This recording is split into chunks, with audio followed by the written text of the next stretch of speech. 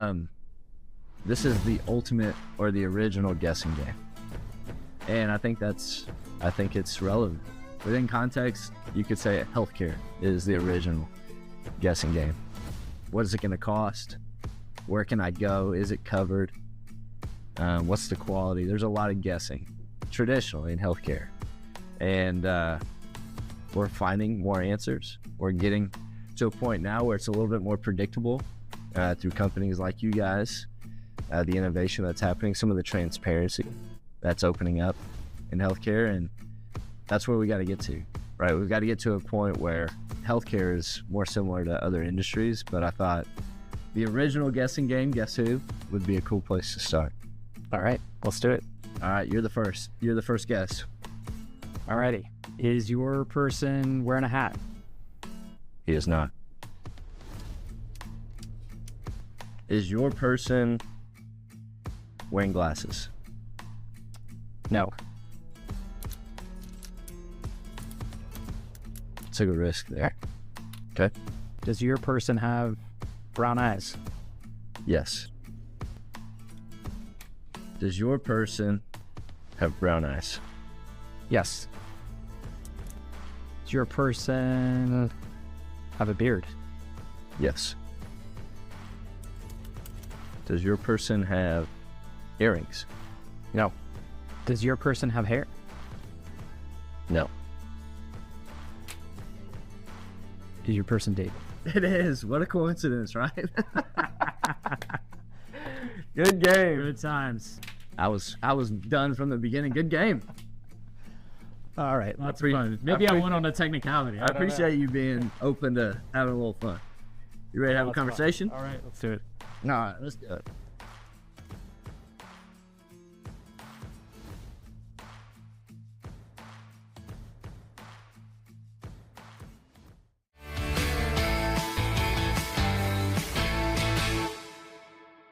What's up, everybody? It's David. I'm your host of Highway to Health podcast, and thank you for being here. You know by now that this podcast is meant to celebrate the people, the organizations that are committed. They're doing everything they can to improve patient access, patient experience, and patient outcomes. And that's why I'm excited to have our guest on the show today. We're going to talk about Access Telecare and the innovations that are happening, the impact we're having on all kinds of providers, all kinds of patients, and we're going to talk about a topic that's near and dear to my heart, which is the rural communities and critical access hospitals. That's why I've invited Chris Gallagher, who's the CEO of Access Telecare, to the podcast today. I think you're going to enjoy listening to him. Chris, thank you for being here. Welcome to Highway to Health. Thanks, David. Glad to be here.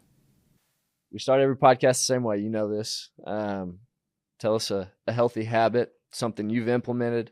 We have a responsibility as patients, as people, to perform at a high level for our family, for our colleagues. So what's a healthy habit you've implemented?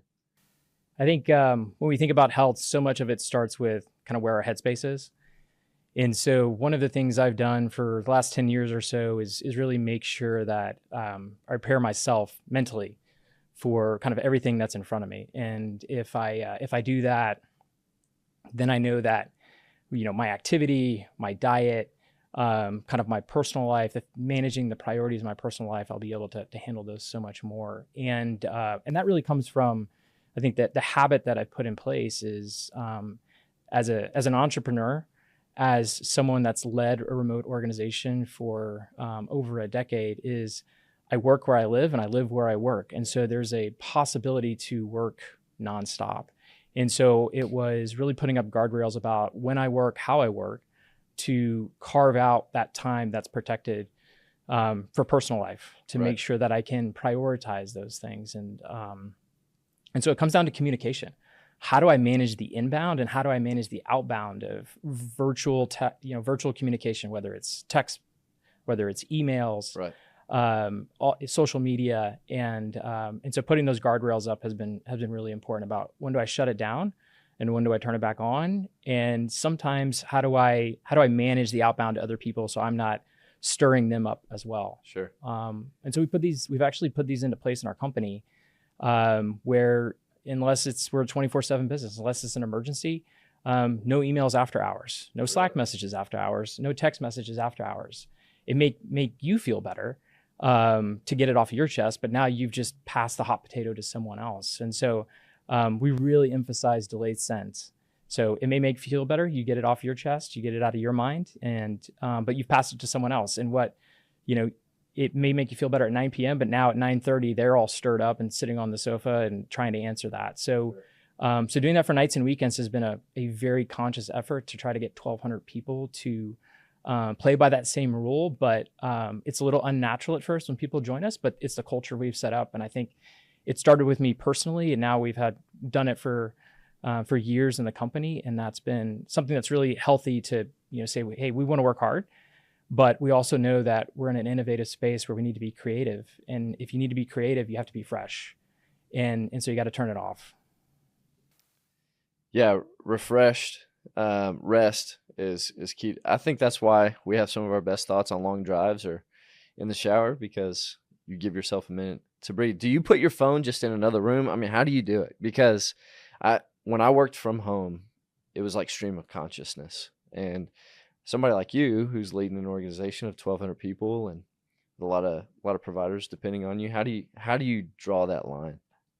Well, I think first is making sure that the device, you manage the device doesn't manage you. So there's not a single notification that's pushed to me. Everything I have to actively make sure I go get. So, and then there's no notifications. There's no sounds. There's no dings outside of a text message.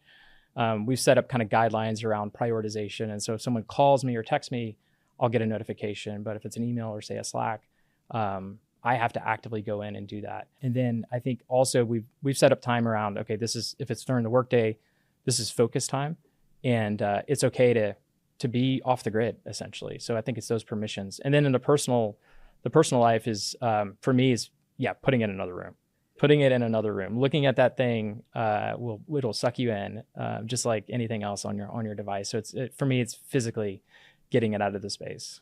My, engagement and enjoyment with my family is directly tied to how close that phone is to me. And I have to get it out of my sight. And so when I get at home at night, I don't have a whole lot of time before the kids go to bed. There's a 2.5, 3 hour span there where that's all I get with them. So I have to go put the phone in the bathroom away from everybody, spend time, just enjoy them. And that's kind of my refresh period. And then when they go to bed, if I've got things to do, then I can go get things done. But if it's next to me, I can't rest. I can't relax. It's a constant struggle for everyone. Yeah. In our family, we try to police each other too. Hey, put that thing That's away, good. get it out That's of there. good. So we'll call each other out. Yeah, Good. we will call each other out, especially when we have, we want to spend time together. Yeah. Each of us, has our good days and our weaker days, and but having kind of that group to That's manage good. Yeah, each other. accountability is important. You have older kids, high school, college age kids, so they have phones. We are almost hypocritical because my wife and I, because we have teenagers and younger, and we haven't gotten them phones yet. You don't need it. It's not good for you. So we can't be sitting there on our phones all the time if we're keeping them from having phones. And so that's brought some accountability and awareness to our family too. All right. Well, I appreciate you sharing that and that's an innovative way to look at keeping yourself mentally and physically healthy and performing at a high level. There's been a lot of innovation, especially with Access Telecare. You guys are celebrating 20 years this year. Correct. Yep. You've seen a lot of change and you've seen a lot of innovation. Tell us a little bit about how the landscape of the company, but also of the industry has changed in the last 20 years. Yeah, well, I think over the last 20 years, there's obviously been, and here in the last 4 or so, an openness and acceleration to change, specifically in healthcare, that we probably haven't had in a long time, perhaps ever. And so that's enabled, I think, our industry as a whole to look at other models of care. And so today, our organization serves just under 1 in 5 hospitals, so 20% of U.S. hospitals. We'll have 1 million video visits inside of hospitals this year. And our patients that we took care of over the past year call 15,000 zip codes home. So it's just at 65% of the U.S. population. Wow. their neighborhoods are areas where we've been able to deliver care or take care of their friends and neighbors. So I think kind of the scale of the organization, how it's grown, has changed dramatically over the last 20 years. I think the market itself and its openness to accept virtual care as part of everyday patient care continues to evolve and continues to deepen. And I think those are areas of significant change, significant evolution that we've seen. And I think last is people have now had experience. Right. And so there's this positive feedback loop as more and more patients, more and more health systems have a positive experience where we demonstrate the care is safe, the care is effective, Right. the care is creating value for the health systems that we serve. That changes the appetite. And so we'll see more and more of that over time. Everybody kind of points to COVID as this, compelling moment that opened up people's appetite for virtual care, telehealth. But you guys were founded 16 years prior to COVID. The forethought, the innovation that had to be there for your founders and for the company in 2004 is incredible to think about. Everybody looks at COVID. Y'all were a successful company almost 2 decades prior. It obviously starts with passion. It starts with passion for patient care. It starts with not kind of accepting what would be status quo in terms of expectations, and so I think that's really those are things that have been part of the DNA of this organization from day one. Is kind of passion for patients, passion around outcomes and excellence, but then also a desire to constantly change and evolve. Yeah. And it's been an entrepreneurial company for 20 years, looking for how do we continuously push and evolve. And so that's been an exciting thing to be part of. Do you think that's the key to longevity? Is not only passion, but this entrepreneurial spirit? I absolutely believe that's a key. The innovation that comes from trying to solve the problems that we run up against, and turning that and evolving that into a successful business model. Right. Virtual care, I think many people buy in, but how is this a sustainable business model that it can support itself and have longevity? I think those are critically important. I think having an entrepreneurial core is important to kind of answering the questions, delivering the service, but also it has to be a viable business model at the same time. Yeah, no margin, no mission. There you go. Got to find that balance. When people think of telecare or virtual care, oftentimes I feel like this virtual setting gets pigeonholed into certain types of care, certain specialties. But that's one thing that I've learned a lot about the industry through you guys. Tell us a little bit about access telecare, how acute telehealth is different than what most consider as typical virtual health or telecare.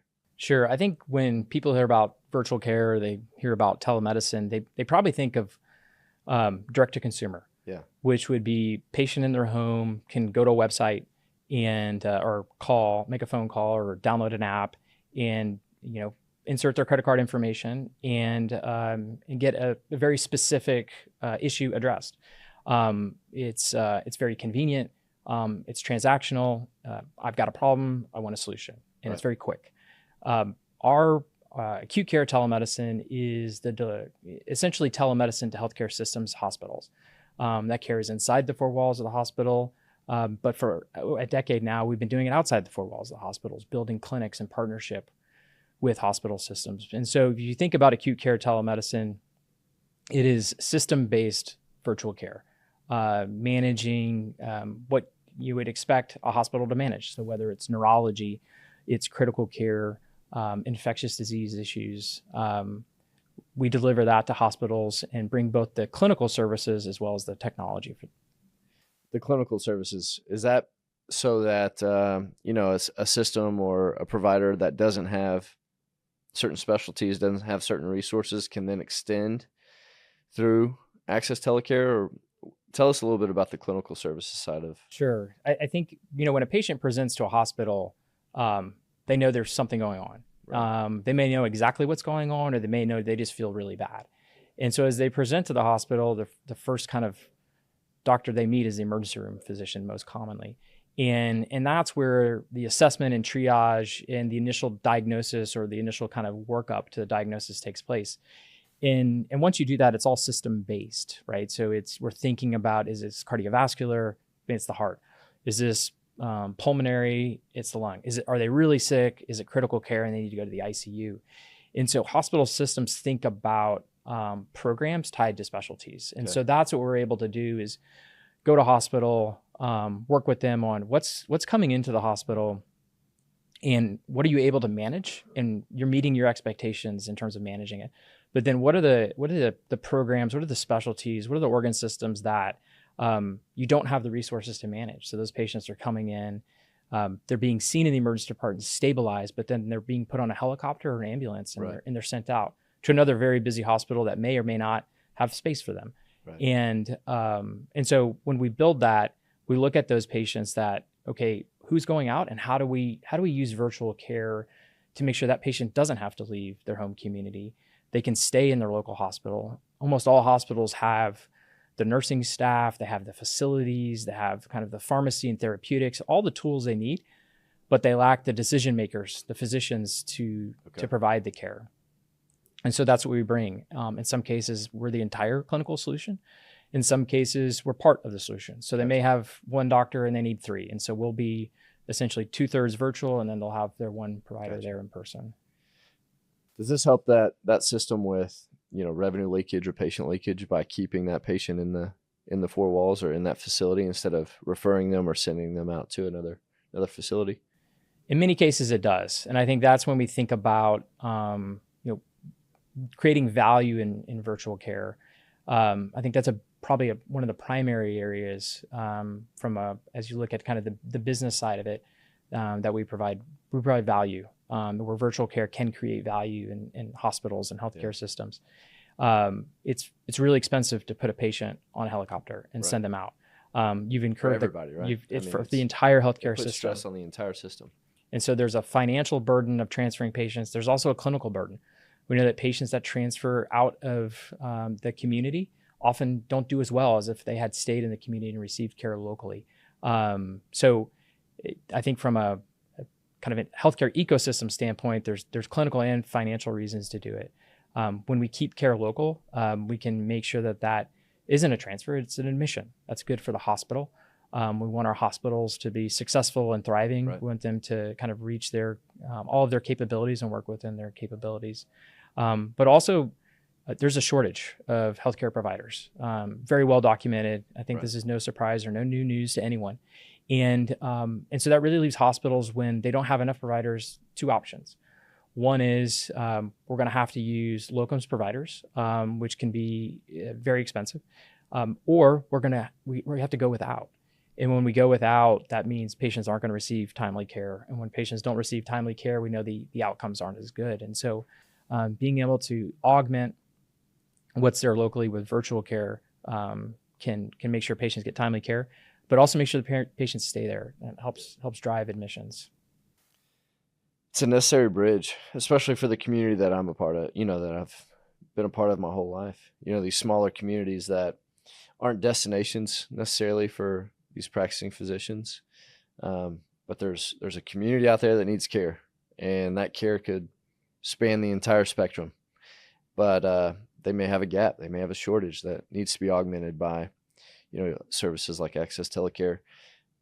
It brings incredible access to the right kind of care, the right level of care for the communities that, aren't located in a big metropolitan area. We talked a little bit about margin admission, and, that's kind of, especially with the election and everything that's happening right now, it's a big topic where we're seeing, I think I saw a 2% decline in Medicare reimbursement projected for 2025. But this is a trend. This isn't an election period trend. This isn't a 2025 trend. This has been happening for years, right? Where the margins and the profit for our health systems have been declining.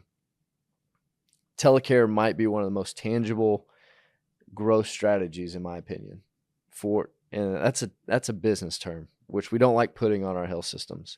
But at the end of the day, we got to keep our doors open. And so you have to look at it like a business. What are some levers that telecare, telehealth, virtual care pulls for the system specifically, and increasing or at least balancing that profit and that margin so that they can keep their doors open and continue delivering care for their patients? Yeah, well, I think you nailed it when you said, our revenue's changing. They're not accelerating. They may be decreasing, but we all know the costs are increasing. So the kind of the ratio of revenue to costs definitely aren't going up in parallel, and in some cases they're the inverse of each other in terms of the kind of their trajectory. For hospital systems, keeping patients in the community. So really making sure that they're delivering all the care that their system is built to deliver.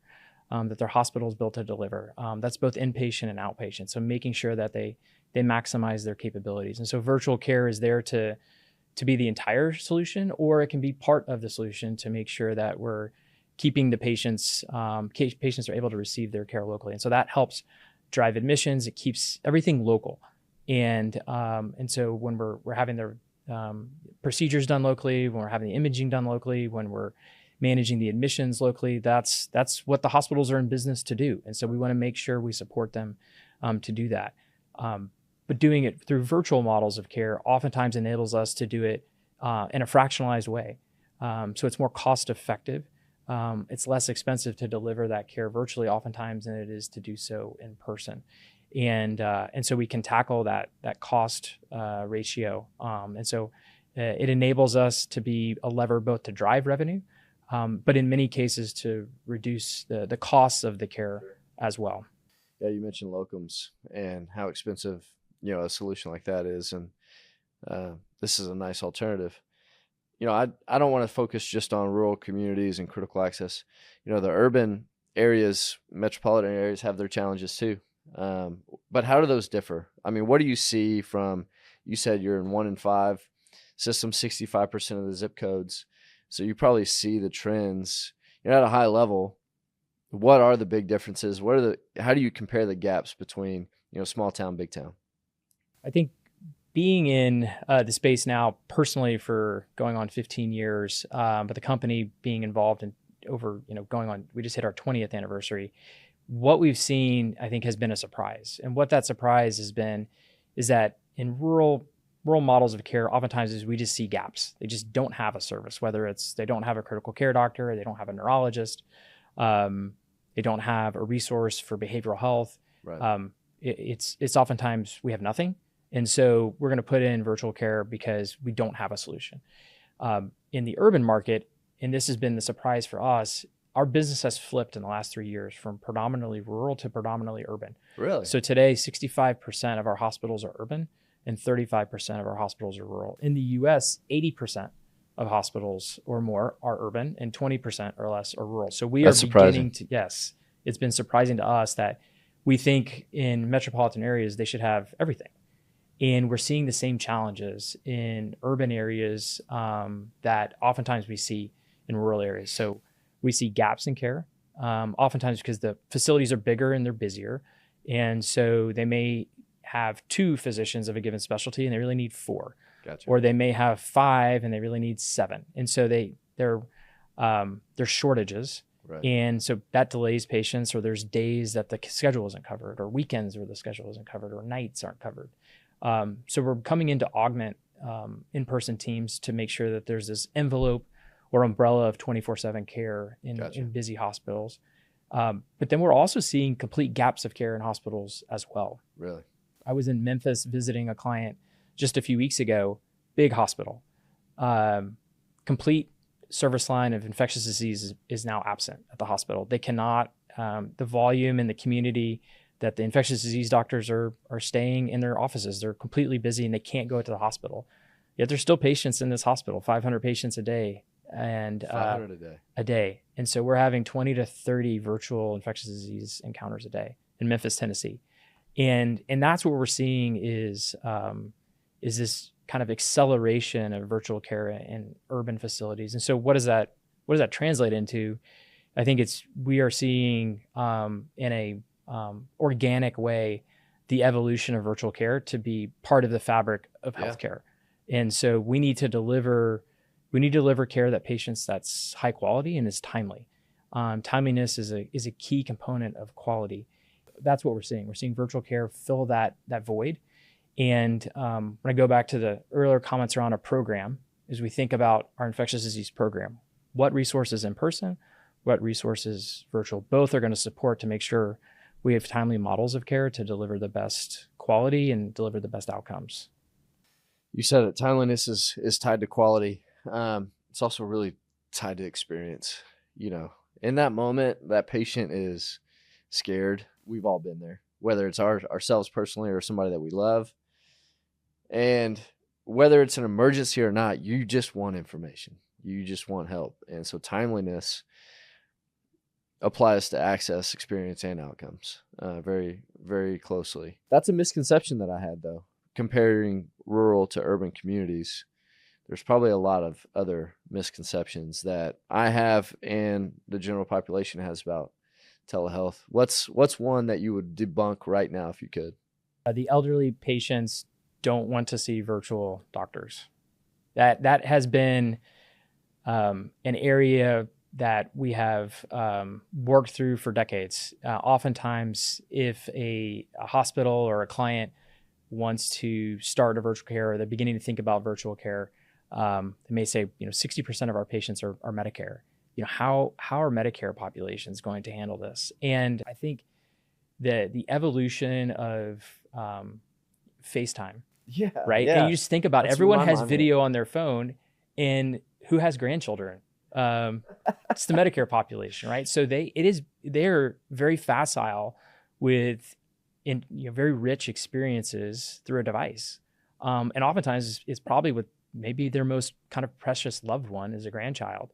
And so they understand that you can have a rich, valuable experience in virtual, kind of virtual models of care. And so what we like to say is that the experience, you have to have the best audio, you have to have the best video connection. And our organization has spent, we have our own team that all they do is live and breathe, making sure that the technology works, it's flawless. And when you have a really well-prepared physician, we have a Breakthrough the Screen program where it teaches an in-person physician, how do you become a virtual physician? It's very different.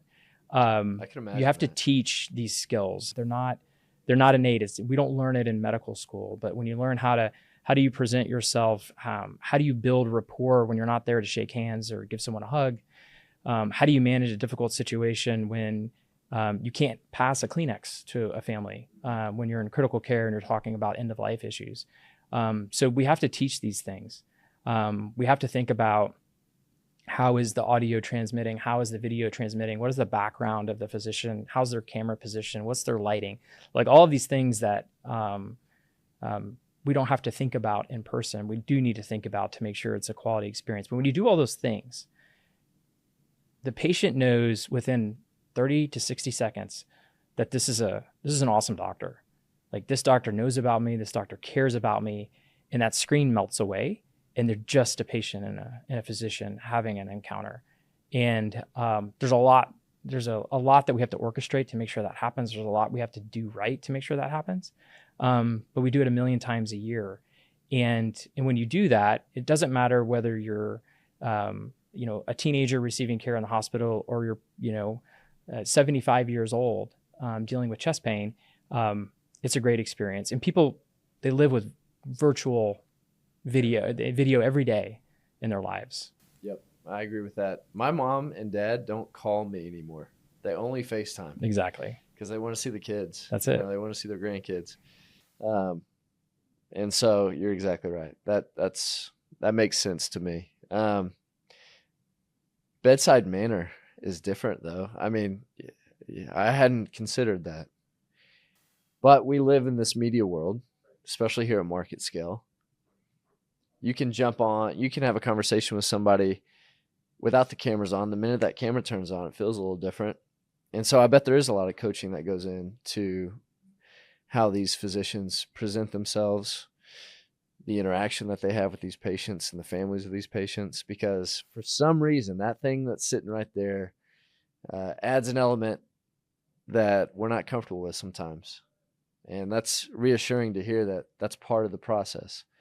And when you have 1 million visits a year, you learn a little. That's right. That experience has been invaluable. We like to say that we've skinned our knees and have plenty of bruises, but that's how we develop wisdom, and make sure we do it right the next time and learn from it. But that, it all starts with making sure the technology is set up right, so we're all set up for success, but then continuously working on the patient experience and making sure it's a top-notch experience, not only for them, but for the hospitals and the physicians, providers who are delivering the care. Those three, I mean, that's kind of the team that makes sure that every one of those encounters is special and worthwhile. We talked about the innovation that's happened in the last 20 years, how we've gotten here. If we were going to celebrate a 40th anniversary, 20 years from now, how do we get there? I think it's, continuing on this path of being patient-centered and outcomes-driven, I think is first and foremost. But then also continuing, one of our core values is creativity and another is agility.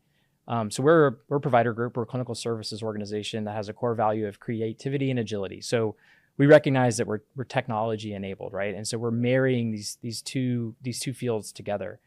And so one of our guiding principles is, how does in-person work? How does in-person care work? And why should virtual care be any different in terms of our expectations of the richness of an encounter, the continuity? Then also we're beginning to look at how can we do things better and differently now that we've become experts in virtual care models.